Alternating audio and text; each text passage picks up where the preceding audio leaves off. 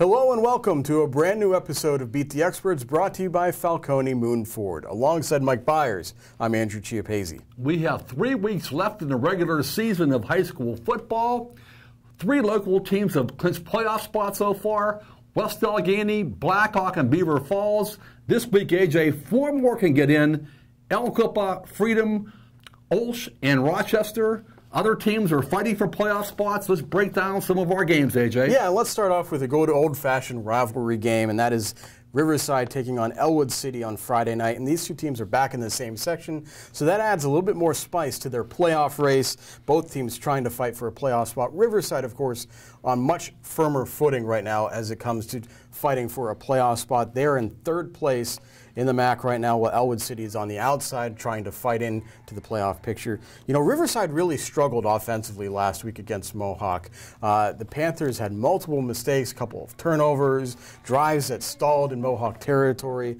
The passing game was out of sync, and running back LaMarcus Cleckley was banged up. So Riverside's offense is going to need to have a good week of practice and get in gear, because I think the Panthers' defense can win them this game against Elwood City. But the way the Wolverines are playing, I wouldn't be surprised if Riverside's offense is out of sync that the Wolverines pull off an upset. I'm going to go with Riverside, but this is going to be a very fun and interesting game Friday night. Yeah, AJ, you know what? You and I both covered, I think, last basketball season, Riverside and Elwood City basketball games, and the gyms were both packed both times. Obviously, a very intense rivalry. I'm not sure if it's that intense in football right now. I will say this: Elwood City has won their last 2 games. But over the last 17 years, they really struggled to be a playoff contender. I think during that time, only 2 playoff appearances. That was in 2011, 2010, when Donnie Phillips was coach. I just think Riverside, they're definitely had a lot of graduation losses, but they're the better football team, I think, and they're going to go on the road and pull out a victory here. Hopewell will travel to Central Valley Friday night in another game with significant playoff implications. Central Valley has an opportunity to move into stronger position in the race for a playoff spot in the Tri-County West. This was basically the last gasp for any chance of Hopewell making the playoffs. If they lose another game and go down to 4 section losses, they're basically out of the playoff picture. So they'll have some extra motivation this week as well. You know, but these are 2 teams that just seem to be trending in different directions, Mike. Hopewell has really struggled offensively. They can't seem to get in sync week in and week out, no matter whether they try to run the football or throw the football. And Central Valley, even though they lost to Thomas Jefferson, they seem to have found some sort of identity on offense. Amir Dudley has been much better in his last 2 section games. I think Central Valley is going to get the win, and I think the Warriors will end up making the playoffs down the road. AJ, I'm going to pick a mild upset in this game. I think Hopewell's going to win this game. Ooh. Like you said, they're struggling here, and they're already 1-3 in the conference play. But I think their quarterback, a young quarterback, a sophomore, Javon Jeter, is starting to find some receivers. I think he threw for 280-some yards against South Park last week. They lost that game. But I think they have some skill athletes who are getting better, some younger kids here. Mild upset, Hopewell beats CV. We have a good non-conference game between former conference foes, Beaver and Quaker Valley, this week.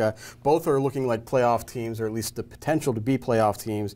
And they've both been bolstered by outstanding individual performances in recent weeks. Quaker Valley's Ethan Moore has been outstanding. He's been on fire the last couple of weeks. And Beaver's gotten a big lift, not only from Brody List, who's been good, but Gino Movero, the running back, has been really good the last couple of weeks. So a couple of great individuals could have very interesting games on Friday night. I think Beaver's the overall better team right now. I think their defense is a little bit better than Quaker Valley's. This should be a great game, though. I think Beaver's going to win, but it should be a lot of fun to watch. You know what, AJ? I was wrong about Quaker Valley.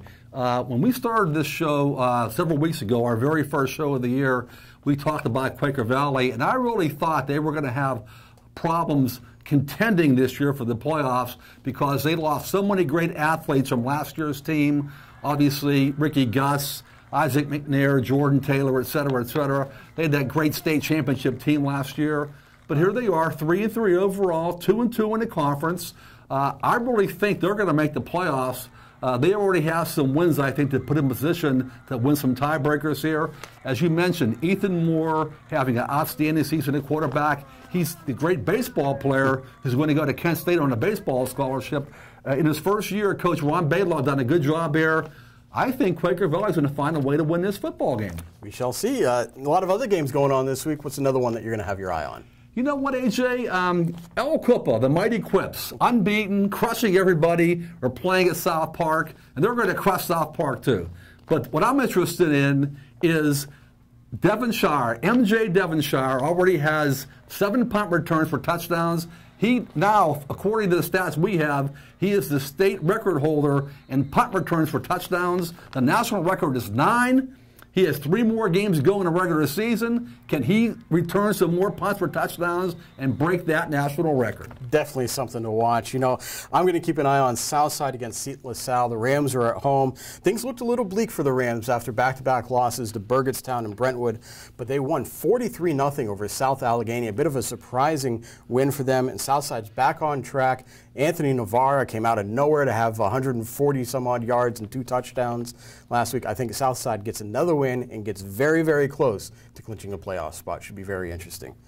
That does it for this week's episode of Beat the Experts. You can keep track of all of these games on timesonline.com. And join us Wednesday and Thursday at noon both days for the next editions of Game On. So for Mike Bires, I'm Andrew Chiappazzi. That does it for now. We'll see you again soon.